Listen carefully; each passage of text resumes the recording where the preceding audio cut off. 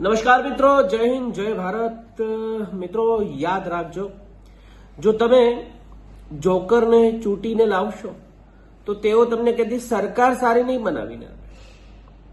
એ ફક્ત તમને નાટક જ બતાવશે, એ તમને ફક્ત ખેલ જ કરીને બતાવશે, અને એ ચાલી રહ્યું છે આપણા દેશની અંદર. હવે આંખો ખોલીને જુઓ કે વિદેશમાં શું ચાલી રહ્યું છે. વિદેશમાં શિક્ષણની ઉપર રોકાણ, એઆઈ જેવી ફ્યુચરિસ્ટિક પર વાતો ચાલી રહી છે.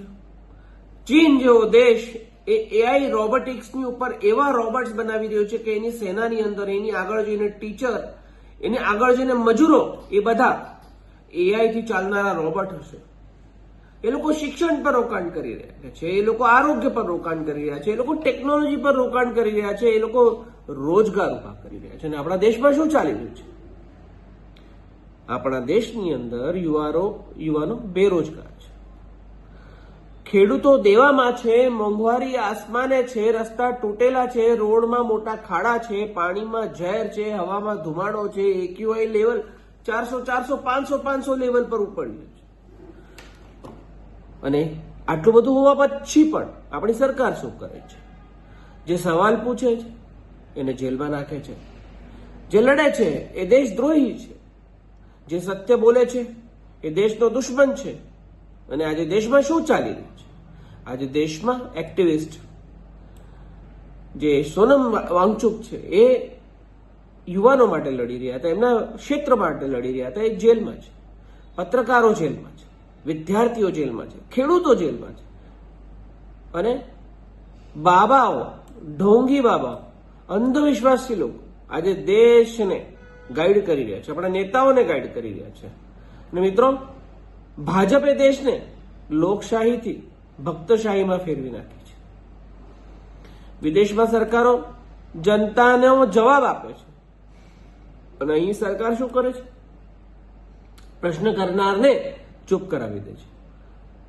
મિત્રો, દેશ ચલાવવો હશે ને તો મંદિરો તો નહીં, મેડિકલ કોલેજ બનાવો.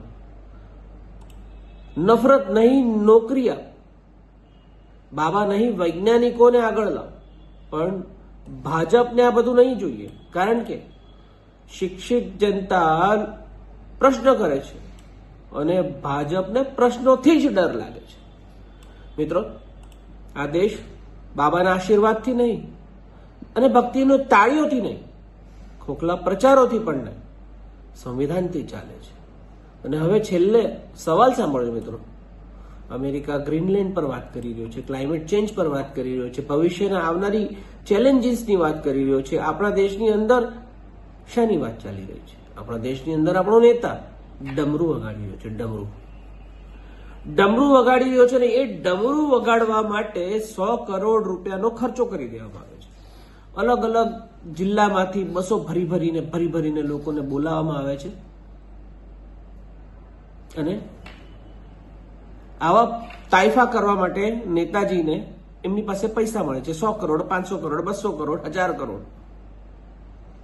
પરંતુ જ્યારે સ્કૂલ માટે પૈસા માંગીએ છીએ ત્યારે પૈસા નથી હોતા એની પાસે. હોસ્પિટલ્સ માટે પૈસા માંગવા હોય ત્યારે ફંડ નથી હોતું આમની પાસે. રોજગારી જ્યારે માંગવામાં આવે તો અમની પાસે કોઈ પ્લાન નથી હોતો. આ વિકાસ છે મિત્રો? આ વિકાસ છે કે દેશ સાથે મજાક છે? યાદ રાખજો મિત્રો, જે દેશ સંવિધાન બચાવશે જે વ્યક્તિ સંવિધાન બચાવશે એ જ વ્યક્તિ દેશભક્ત કહેલાશે. જો તમને લાગે છે દેશ ખોટી દિશામાં જઈ રહ્યો છે તો આ વિડીયોને શેર કરો, બોલો, ડરશો નહીં, કારણ કે આ દેશ તમારો છે. કોઈ જોકરને આ સ્ટેજ નથી. જય હિન્દ, જય ભારત, જય જય ગરવી ગુજરાત. હું વિનય ચૌહાણ.